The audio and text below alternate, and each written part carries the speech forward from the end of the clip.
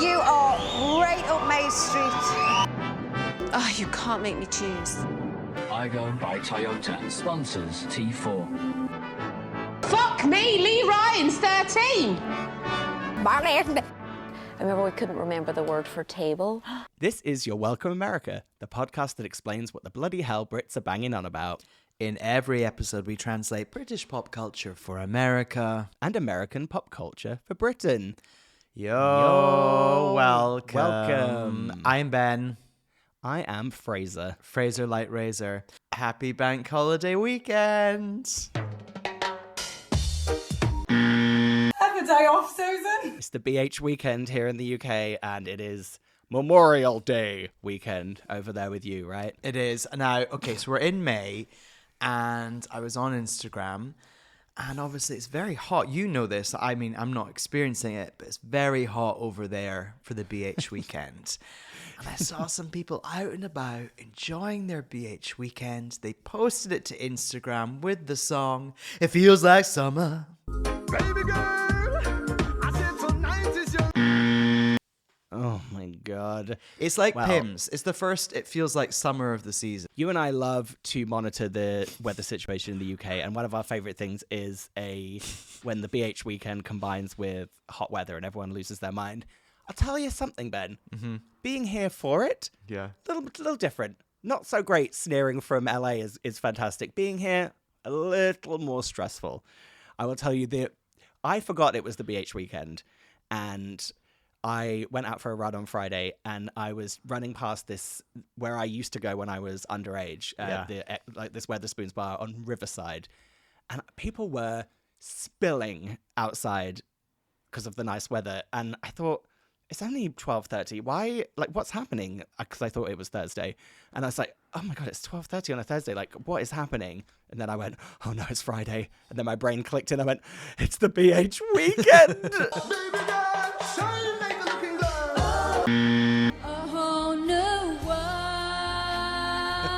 And I'll tell you, it's really been a BH weekend.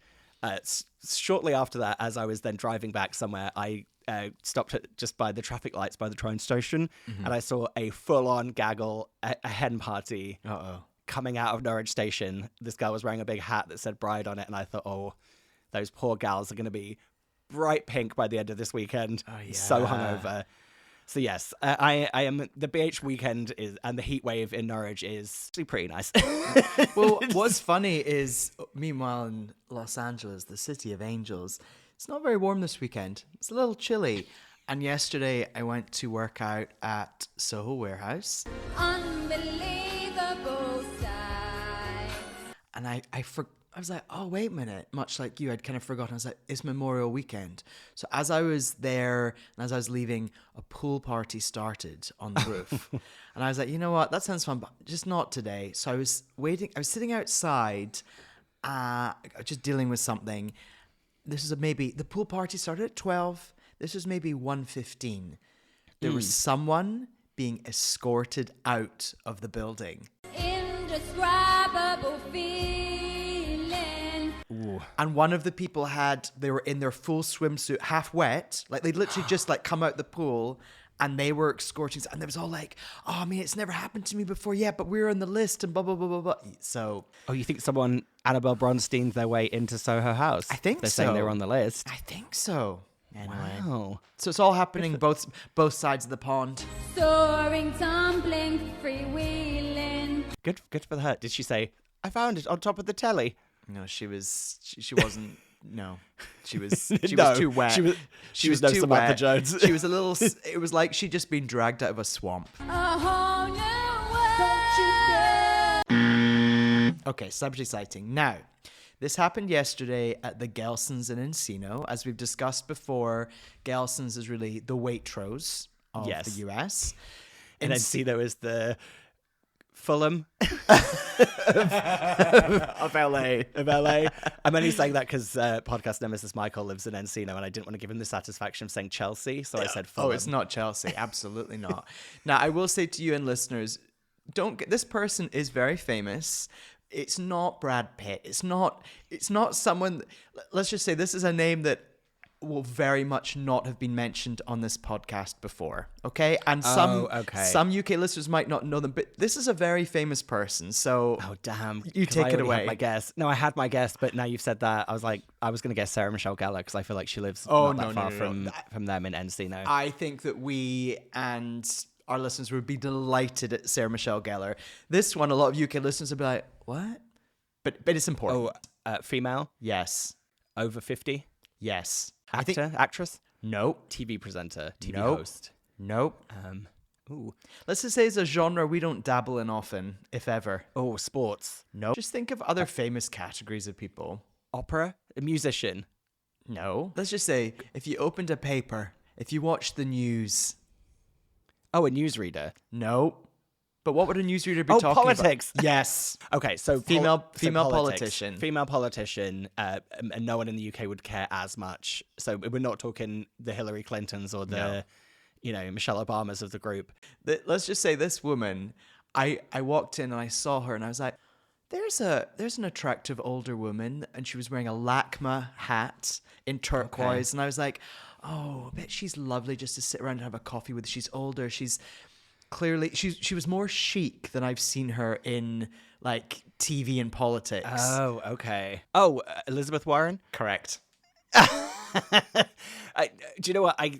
She had also exited my mind, but Elizabeth Warren is a great one. When you said LACMA hat, for some reason, LACMA is what made me think of Elizabeth Warren. So her and her husband Bill, she was wearing like a crisp shirt, but clearly the hat going incognito, diamond earrings, glasses, just a beautiful older woman, and like going about her pristine, going about her business, had a lovely air to her. Her husband Bill also wearing a hat. So I really had to like, as soon as I saw her, I was like, you're an attractive older woman. I was like, is that Elizabeth Warren? I had to really Google. It's one of those situations where you're like, oh, you deserve to be in the public sphere because you have something about you, you know? Yeah. Unlike the time I saw Addison Rae at a restaurant. I'm sorry. I love Addison Rae. To be fair, she was like maybe 18 at the time. But I was Yeah. like, oh, that's just a nice girl. Oh, it's Addison Rae. A whole new world. Tell me another thing. Okay, so you'll want to hear about my birthday mainly because I had a disagreement with the restaurant. Oh, say we're only dreaming. Oh, jeez. Buckle up. So we I've went- I haven't, I have to say, not a lot of things are going to make me homesick for LA, but the thought of cringing at a meal while you complain at them is actually making me feel genuinely quite homesick. Is that weird? So we went to that place called Marate. We went to Marate on Vermont. It's right beside High Tops. So we go there. I had to make the reservation for 7 people. I had to make it like about 6 weeks in advance. We show up. 6 weeks? Yeah, it was like a real thing to get. This is all part of the story. So anyway, to show up. Reservations at 7. Table's not, or it's reservations 7:30. Fine. Table's not ready. Fine. We all collect. We have drinks. They slightly fob us off a bit. The table's ready, then they don't come get us, but it wasn't ready. We finally get seated 7:55. Fine, whatever. It's Saturday night. It's my birthday. All's good. Meanwhile, I'd ordered a margarita that cost $32. To be fair, that isn't their standard marg. That was a special one. Did you have to, was it, when you say a special marg, I know you well, is this special because you said, I want this, and not this, and then put that in it? Or was it on the menu? It was as on the a- menu. Yeah. Right. It's like they knew you were coming and they were like, we'll do this fancy one for him and hike the price up. Exactly. Right, So got it. we're having our meal. It's a nice meal. The food's nice. It's fine. The drinks are better than the food. It's a lovely environment. We're all having a good old chit chat natter. I do go to the bathroom at one point and they'd run out of paper towels. So all the men then had to go into the women's bathroom. Okay, not the best, but whatever. This is bearing in mind, $32 margarita. Right. That's when I'm like, Food was good, but not amazing. Ordered more drinks. They brought them. They didn't clear the glasses away from the $32 margarita. I was like, I had to ask them. So, whatever. Yep. And then at the end of the meal, we're all sitting there. We're eating. The guy comes up to us. And he's like, hi, everyone. So just, we actually have someone else coming in and we need the table. And I just looked at him and I said, no. Absolutely not. was like, you see, just 25 minutes late. Things haven't been great. I made this reservation 6 weeks in advance. We're not moving. Well, you can't just take time away from someone's reservation and keep the next one. I know. You gotta work that one out behind the scenes, my friend. He then said, we could, I was going to say we were going to move you through to the other room and we could a round of drinks on us. And I was like, well, you should have led with that. But no, we're just going to stay here. Thank you. And where did the other people go? Did you see them? I don't care. But anyway, Shot on the street. we didn't stay. Exactly. We didn't stay that much longer anyway. But I was just like, fuck you. So I then obviously got an email from like Resi. How was your meal? And I was like, well. Left them a stinking review, and then they've got back to me offering me like a whole free thing. But I'm like, I don't care. You want to go back there? No. Although I might go back just for like a couple of $32 margaritas and get them to pay for that. I feel like it used to happen back in London when we would go out and stuff, but I do think LA really does test you as a person who loses their patience with things like that. They've been coming for you for a long time, right back until one of the very first trips that went out there, went to that bar in Venice, and they told you that they couldn't make you a gin and tonic, even though they had gin and tonic. Remember? At that restaurant, and then they told us that they couldn't. They only had one portion of fries left, and we were like, "That's just not simply possible." Yeah, totally. Like, cut up some potato. I'm like, get yourself to the fucking Vons down the street and buy some goddamn potatoes. That's so you funny you bitches. said that. I went back to that restaurant recently, and I was like, "It's Jelena in Abbot Kinney," and I was like, "I feel like I've been here before." Oh, there's Is a it reason. still there? It's Same still there. name. It's still there. And I was like, "There's a reason I haven't been to this restaurant in 11 years." Should we do a little feedback? Let's do feedback.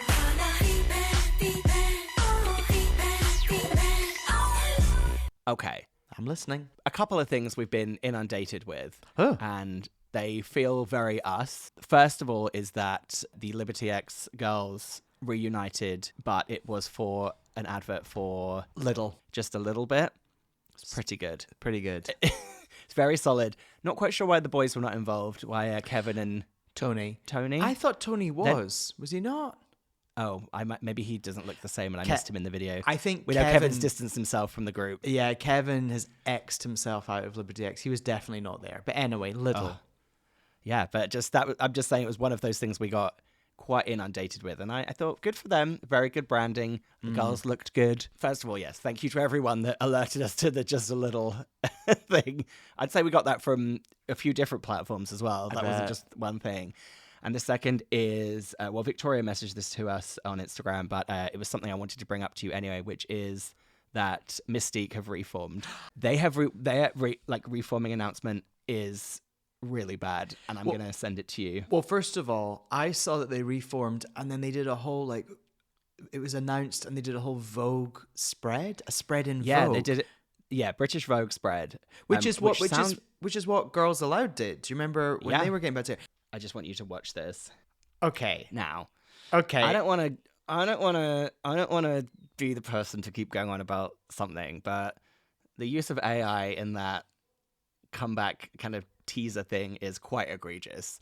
It is, but just to set it up for listeners, it's 3 mysterious women putting on helmets and getting on bikes, motorbikes, going throughout London. Through London. And then they seem to be getting to what? Earl's Court? Brixton Academy? Yeah. I don't know where they're going.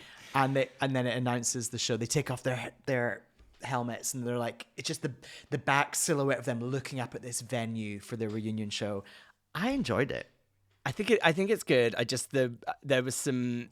I'm not saying they should have shot it as a real thing for money, because I get that cost £0 and that it would have cost a lot of money to do that. But I feel like there could have been some things done in real and some things in AI if you've got to do that. It looks real slop-a-lop. Yeah. You know, it looked like one of those horrible suggested reels, AI reels that comes up that I have to report for being inappropriate. But wait, where is it? I'm just trying to see. Wembley Arena. Yeah. Pretty good. I'd love to see them again. Good for them. We had a terrifying bit of feedback from our good friend Jimmy Mance, and he sent us a YouTube link to the entire first series of Pop Stars The Rivals. He sent us a YouTube link to the entire series of Pop Stars The Rivals, and I said, unfortunately, I think we're going to have to do this as our next You're Welcome America spin-off. It kind of makes sense, doesn't it? That's really good. Yeah, it's really good. We're going to have to just pick up our game and actually do those recordings as well. And I sent her a message back and I said, oh no, we're going to have to do this for You're Welcome America Presents. But it's going to be so good. It's like the you sent songs us, and the fashions. It's like you sent us a curse and we've opened Yeah. it. It's a real Pandora's box. And now we're like, It's a complete, yeah, it's an absolute curse. So we like the curse has been unleashed. we curse you back, Jimmy Mons. Like a bridge over troubled water. Wait, what was the other song they sang? Monday. That's Pop Stars. This is Pop Stars The Rivals. So this is the Girls Aloud show. Oh, this is the Rivals. So, okay. Yeah. So it will be, I think it will actually be even better because we'll be More seeing invested. our girls. Yeah. And so I think when we do that spin-off, she has to, when we do that spin-off, we have to do a little curse to Jimmy Mons at the top of every episode. And he'll know what he did. Justice for Javine.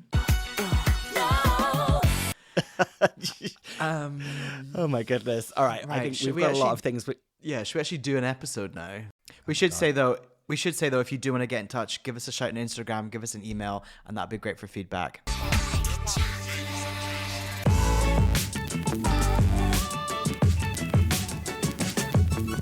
Okay, so it has happened on Netflix. It's been unleashed, much like the Jimmy curse. It's bloody KYLIE. The 3-part documentary series is out. We've watched all 3 parts. I love that saying, we've watched all 3 parts, like it was a burden. We're journalists. Yeah, we're I journalists.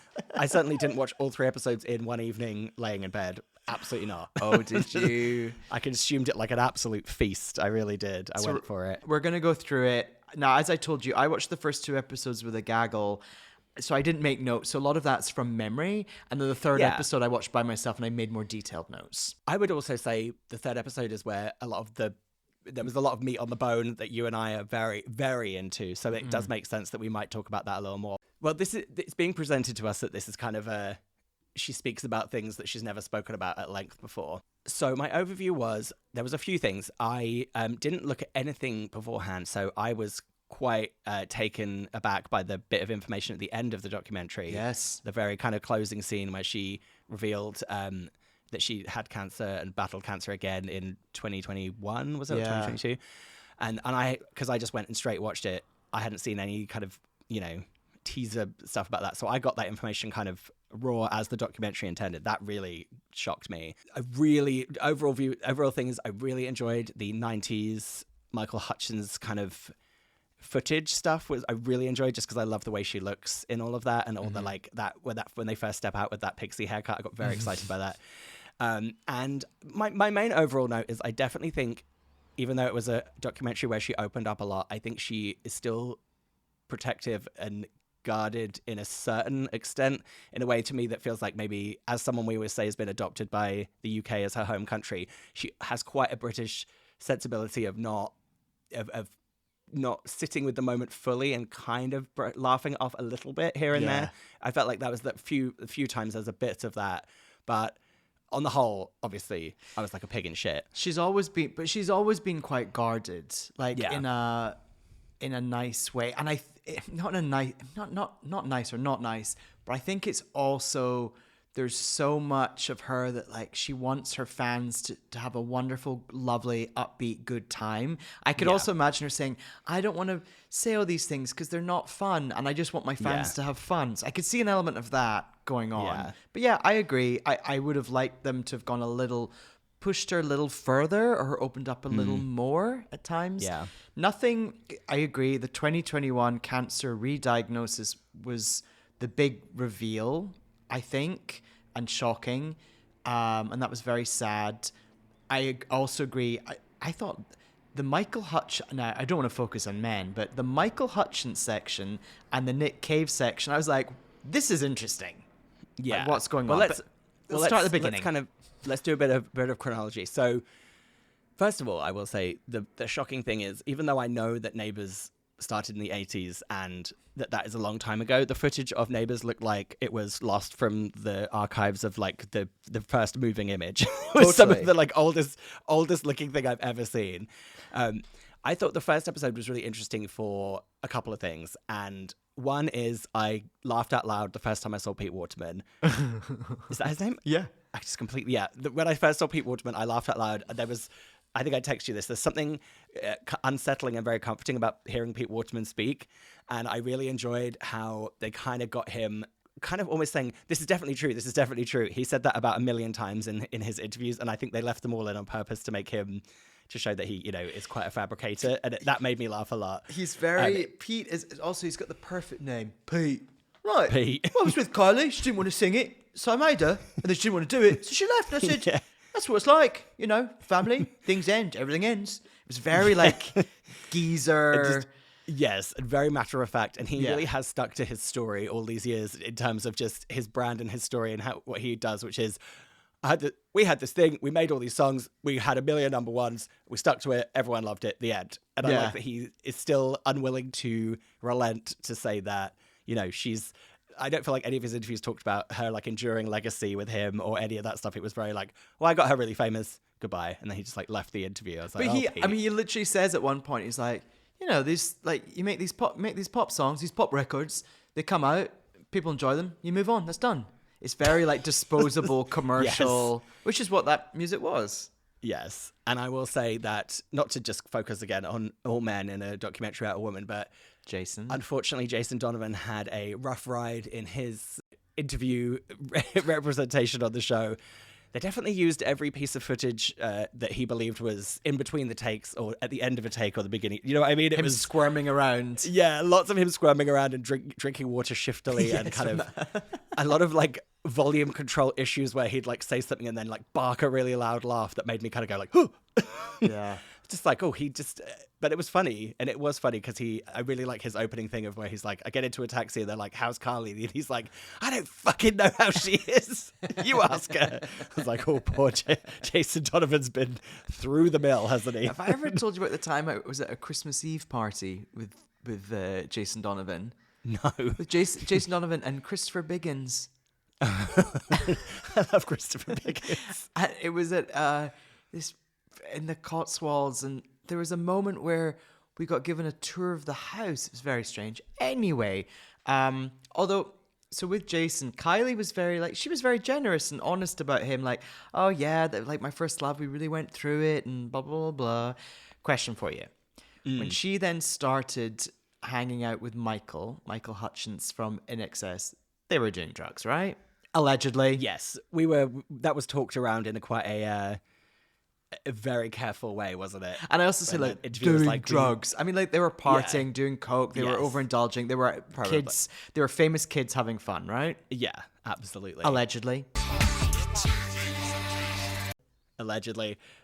Yeah, so yeah, a lot of the beginning was a lot of the kind of Neighbours and then all the kind of early Kylie songs, which I'm not they're not like my touchstones. Like I I have some friends who really loved her first songs when they were kids, and I just, for some reason, they never got to me. I don't know how, they just never got to my door. I loved I Should Be So Lucky as a kid, and there was like a disco at this holiday place we went to, and I was just apparently on the dance floor by myself, age 3, dancing to I Should Be So Lucky. Yeah, But but how did all those first songs not reach my inbox? But they're not for me. I'm like, oh yeah, fun, but I don't listen to it now. It's like a done and one. Yeah. Like Pete said, you know, one and done. Disposable. Move My on. my first Kylie song that I remember resonating me was "Put Yourself in My Place." You're gonna put yourself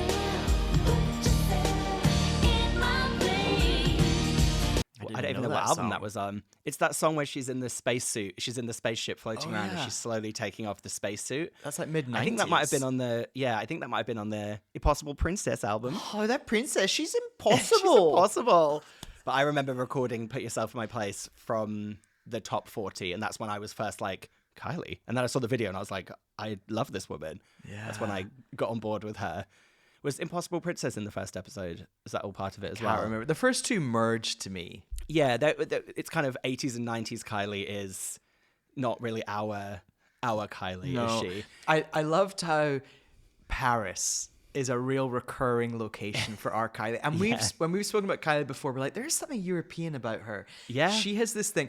So, I mean, we're jumping all over the place, but when she's hanging out with Michael Hutchins, and then they sort of drift apart, and then like she's heartbroken. So she's like, you know what? I'm just going to go live in Paris. I was like, imagine being this gorgeous young woman, talented, and you've made a bit of money, and you're like, I'm heartbroken. I'm just going to go live in Paris. It's so chic and gorgeous. The Paris section was so fun. And because she like lived with that photographer that she knew, or she barely knew. And also, and had all just those beautiful pictures of her just like lounging around Paris. I'm heartbroken. I'm young. I'm gorgeous. I'm okay for money. I'm just going to go live in Paris with this photographer, and they will photograph me just being gorgeous and heartbroken in Paris. Yeah, it's so chic. So it's very chic. So chic. And I never knew that little pocket of time for her. I hadn't ever thought, I wonder what she was doing between this point and this point. So I thought that was really cool. I really like that as well, because like I said, we've talked about it before, having this European feel to her. So that really like clicked in. And then I'm jumping all over the place. I mean, later she literally has chemotherapy in Paris because that's where she goes to recover.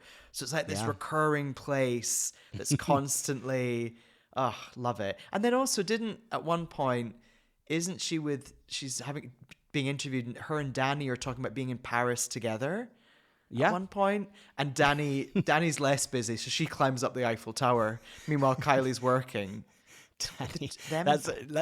Let's talk about Dannii, because obviously the first time she cropped up on the documentary, I gave her a standing ovation, of course. The crowd I was with, we all went, woo! I'll put the needle on it, Queen. Our neon nights.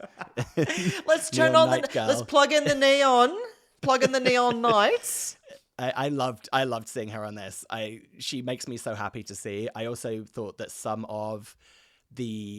she had some really fun eyebrow choices back in the day, and I felt like there was some really fun clips of her being interviewed. And I really love how many, like, there was a lot of UK kids show footage. Like, I never thought Kat Deely was going to feature so much in this documentary, but I liked how, like, ho-hum a lot of the really early interviews where it's like, is your sister with us? Oh, yeah, she's over there. Her name's Dannii. And they're like, come and join us, Dannii. And then it's like, clunk, clunk, silence. Rustle some papers. A chair, like, scrapes up. I'm like, is this television? It's just like, and she's like, hiya, how's it going? I'm Dannii. And also, like, do you act and sing too? Yeah, I do a little acting, a little singing. I'm playing into that as well, like, the real, like, older men, the old Parkinson episodes are really like... Every interview with her was quiet horrific. Michael Parkinson, who was clearly like, I don't know, permanently age 64. And then her being gorgeous and young, permanently gorgeous and young, like sitting in these what looked like a very smoky, quiet studio where you could hear an audience member go... as he's asking these horrific questions. Someone going... Yeah, TV. Wow. What was the term that she hated? Singing that Bad people G? kept saying? No. When she like kind of sexed up her image, and every single they showed that montage of that was it, raunchy, a little raunchier, and it was just her being like, ugh. Oh, by the way, speaking of raunchier, can we talk about there's this period at the kind of the tail end of her working with Pete Waterman, and she goes and does and she's with Michael Hutchins, more true to who she is, music and tour that she does. She does make the mistake of launching it in Belfast in the 90s. Yes. And meanwhile, the outfit's designed by John Galliano. Oh yeah, I mean, that was remarkable. That also made me jump when I saw her in that interview. It's like, hey, mate, I'm making the outfits. I was like, ah! Also, I mean, look, we love our girl Kylie, but when we went to the Tension tour last year, let's just say the outfits were not designed by John Galliano. Those outfits. They sure weren't. I thought those outfits were so fun. I felt like, you know, who would wear a lot of those outfits now? It felt like someone like Addison Rae would be in those kind of looks. They reminded me of Amber in Clueless when they go to that party. Yes. That kind of warehouse party, and she's wearing that funny little skirt. There's a lot of that kind of thing going on.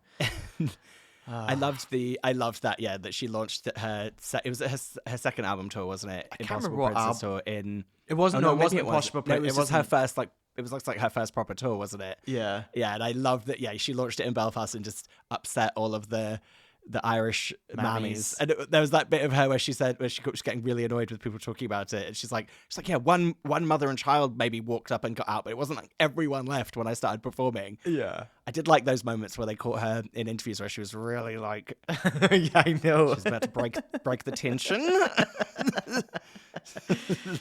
And then Nick Cave, let's talk about him briefly. Oh, I what a star. I just love how Kylie, you know, super pop princess, like she has these wonderful kind of indie weirdos in her life. Yes. And like her, was- Nick Cave. He was fantastic in his interviews, wasn't he? When So he good. talked about performing on Top of the Pops with her and saying all the Kylie, like the teenage girl fans that hated him, that was so funny. And he's still so angry about it. And then he's just like, oh, I fucking hate those girls. I hate them. Calls them cunts, doesn't he? It's like a bunch of annoying cunts. And then later, when she was really kind of, I don't want to say in the doldrums, but when she was like trying to work at her next career move, the fact that he invited her to a poetry festival and she reads aloud, "I should be so lucky" as a poem. Wonderful. The footage of that poetry festival was maybe one of my favorite parts of the entire documentary. It was like TV. It was like kind of sitcom level, like ludicrousness, where it was a bit, you know, when you're a bit like, oh, come on, like that we're going a bit, this isn't believable as a poetry festival. It's like people aren't going to believe this is a real thing. It was very that. Because when we say it was like a montage, wasn't it? Yeah, it's like a montage of someone like banging a tambourine and shouting, and then someone else doing something else. So no wonder when gorgeous Kylie trots on stage and starts crisply reciting "I should be so lucky." Of course, she would be. What a relief. Yeah, that's what he said, wasn't it? He was like, it's like the tide really turned when she came out and did that. Everyone was really happy and like clapping along. Shall we? I feel like we really need to get to our era, which is the top of the third episode. Which Yes, and to get there was one of the best parts of the documentary for me. Okay, tell me. So it was the end of episode 2, and she was Yes. talking about the musical direction she wants to go in.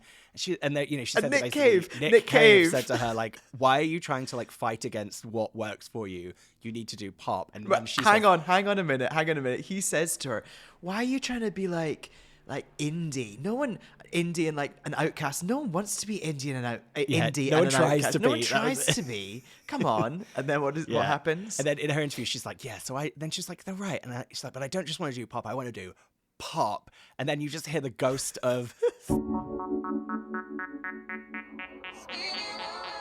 cut. Yeah, and it was just like cut. And I honestly got goosebumps on my arms when I heard the opening strains of Spinning Around. Here's what I would say. I know you love Spinning Around as a song. I do. I actually don't love Spinning Around, but what I do love about it, the opening. The Yeah. opening of Spinning Around is unbelievable. That's the Kind best of bit. where you're drifting into kind of a disco. You're in like a disco ethereal space, but Space, you haven't yeah. quite landed yet. You're all particles, and you're just floating around the disco universe. I mean, we've talked extensively about really Kylie is at her best when she is floating around in space and she's corralled some aliens to have a disco in space. Okay, so episode 3 starts. It's like the year 2000, like shoves up on screen in graphics, and she's in a recording booth. Now, my question for you was, what do you think she did for the millennium? I think she was in Sydney. For you some think? reason, I think she went back to Sydney for it. Like, I think she loves Europe and London and Paris, but something tells me that the lure of Sydney's Opera House fireworks got her for the millennium. I just feel like it. Okay, that's I fair. feel like her and Dannii both made their way back there for that. Okay, the they Minogues had to be back together for that one. Well, when the Minogue family were all together, sitting beside that bonfire, I also loved how Australian they all got. Yeah, they really did. They were, oh, yeah, Mum! No! A lot of that going on. So yeah, so we smash cut into the 2000s, and Kylie's in a lovely outfit, standing at the mic, and she is recording is it like the ad-libs of Your Disco Needs You? Is that what she's doing? The song that Yeah. you and I are not fans of, but I was a fan of watching her do that very high note in the booth. That was really fun. Yeah, I don't enjoy Your Disco Needs You, but I didn't realize it had such a wonderful high note at the end. No, Right. me neither. It kind of surprised me. Don't you feel like the documentary was wasted because it should have been a 3-hour look at the recording, writing, and making of the song Chocolate? Hold me and control me. Show me slow down like a chocolate. Look, in this documentary, we already had like Robbie Williams feature slightly. We also had Your Disco Needs You feature slightly. I Don't Need Chocolate in there as well. I jumped when I saw Robbie Williams like I'd seen like Ghostface in Scream. I was like, oh! Him "'Cause recording. you paid by numbers and Him that song is- recording kids. Awful. Okay, so spinning around, what I loved, obviously the gold hot pants, fine, whatever, talked about extensively. That video, yeah, there are lots of shots of her ass, and that's what everyone talked about for a long time. The song is amazing, but I loved, and I didn't know this, it was a female director doing the music video. Yeah. It made it Yeah. like, it made it feel really good. I was like, okay, Yes. this is acceptable. She's Yeah. on board. And even though all the disgusting like male interviews are like, oh, your hot pants, it was Yeah. done by a couple of was women much more- together. Yeah. It was much more of a her in control point of view rather than objectification, wasn't it? It was like, no, we're going to Totally. have fun. Now, I can't remember which era we're talking about here, but I just want to do a shout out to my absolute favorite. Oh no, this was in the older era when they were on that tour and they were talking about the outfits and they cut to that homosexual man backstage who was smoking inside the hotel room, smoking around all of the costumes. Remember him? wasn't He's it- the one, I think it was her stylist or was it the Okay. design? It was someone and it was just. Do you not remember this? What it was happened? definitely the 90s because it was a man smoking indoors. No, nothing happened. It just was this gay stylist with, I think he had an eyebrow piercing and he was just chain smoking like around all of her costumes. Well, wasn't William Baker around at one point? Remember that was her that who I- long-term is creative that who it director. was? Yeah, there was a lot of him, and he was like, "My job is to like, keep things together and be really stressed out." He's But smoking it just away. really, it was him smoking indoors in a hotel room with all of the costumes around him. I really enjoyed that because then they showed footage of her on stage. I thought, oh, those costumes must have really stunk of smoke. But then, if she was performing at the bloody Birmingham NEC in the 90s, that probably smelled of smoke too, didn't it? Bloody bull ring. Okay, I love how, obviously very sad, but I appreciate that the video shoot of I Believe in You was such an important piece in this. So she's sitting Yeah. inside that LED jellyfish, which I always loved. Yeah. And that's when there's lots of her feeling tired and everything. And that's when she sadly, shortly after, gets her cancer diagnosis. We've already talked about it. The fact that she had chemo in Paris, like it just makes, I'm like, oh, that's like her safe space.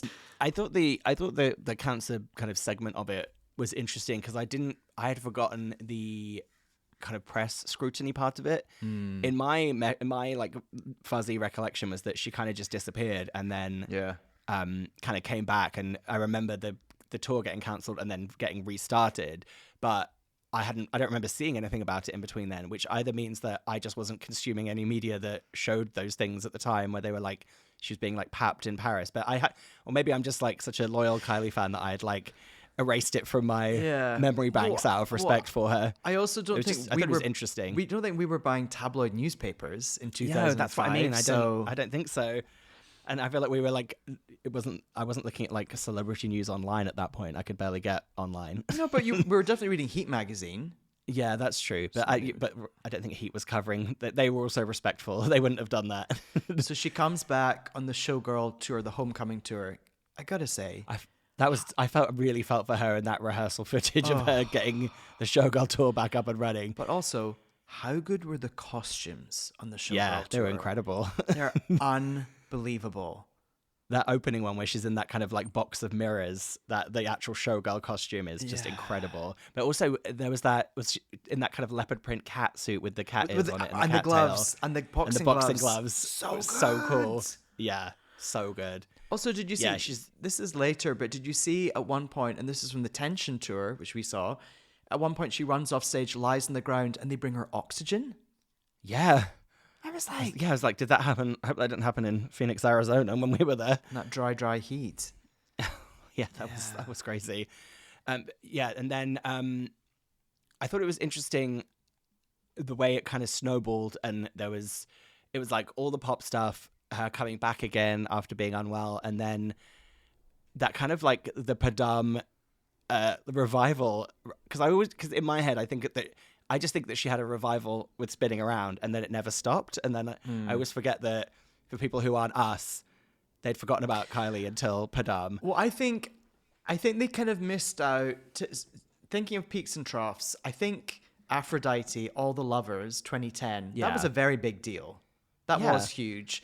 But yeah, I think Padam, look, Padam's international. The international but language also- of Padam. Yeah, but I guess All the Lovers is also like one of those songs that no person that's, again, not us, like some random person, if I went up to someone on the street here in Norwich and got them to name like a list of Kylie songs, they're never going to remember All the Lovers, are they? But if you sang it That's to them, for- they would be like, oh yeah, I yeah, like this they song. go, yeah, I like that one. Yeah, completely. So the Padam, that's all happening 2023, and she rises up again, has an international hit. But then, as you said earlier, she reveals in 2021 she had a second cancer diagnosis, which she didn't reveal to the public.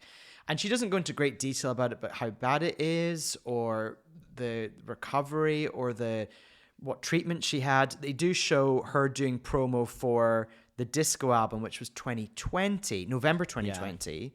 So maybe that all coincided. But my point with all of this is, so she has cancer 2021, 2023, she seemingly recovered, and then has this huge international hit. It makes it even more glorious and satisfying.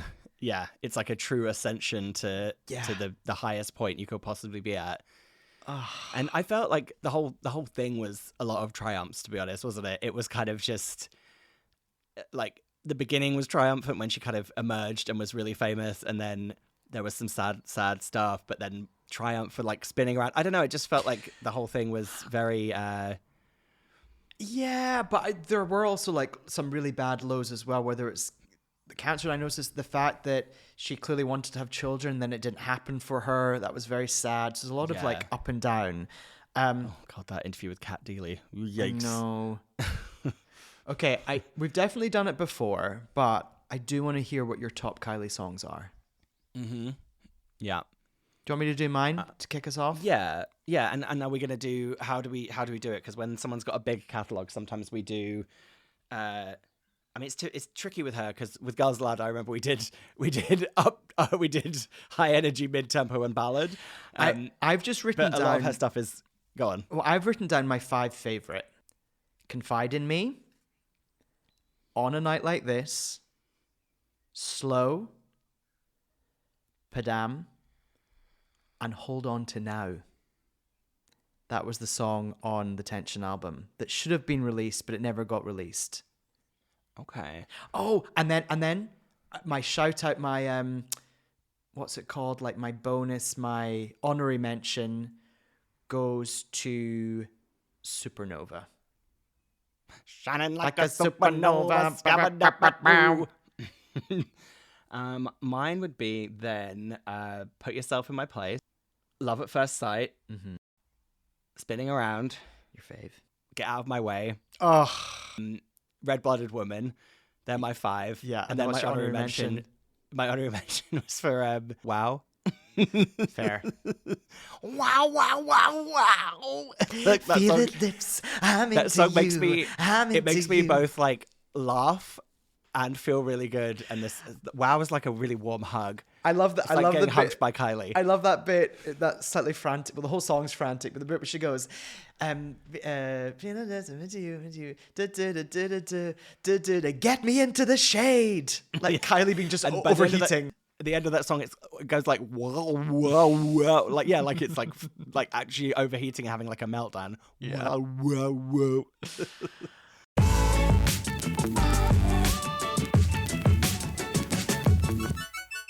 Well, we did it. That was a lovely little catch up. That was a lovely little with our just Kyles. a little goss with our Kyles. I hate to commit to something that Oh fuck. I don't want to do it, but I guess we're gonna have to do a spin-off of Pop Stars The Rivals with our girls. We are. We're going to have to do Jesus a Christ. spin-off. Look, at the moment, it's difficult doing our regular episodes, but unfortunately, we have now verbally committed and recorded we've been cursed by Jimmy. We will be doing Pop Stars The Rivals as a You're Welcome America Presents season. Don't know when, but it's good. Also, that show ain't going anywhere. It's not topical. You don't think Polydor's not going to rip that down from YouTube. Anyway, thank you all so much for listening. Please rate and review us. Give us a shout on Instagram. You're welcome, America. What's our email address? Give us your top Kylie songs, but my friend Leah cannot write in about chocolate again. Yeah. What's our email It address? is you're welcome. Our email address is yourwelcomeamericapodcast@gmail.com. You're welcome. Goodbye, lovers. You are right up my street. Oh, you can't make me choose. Igo by Toyota sponsors T4. Fuck me, Lee Ryan's 13. Marlene. I remember we couldn't remember the word for table.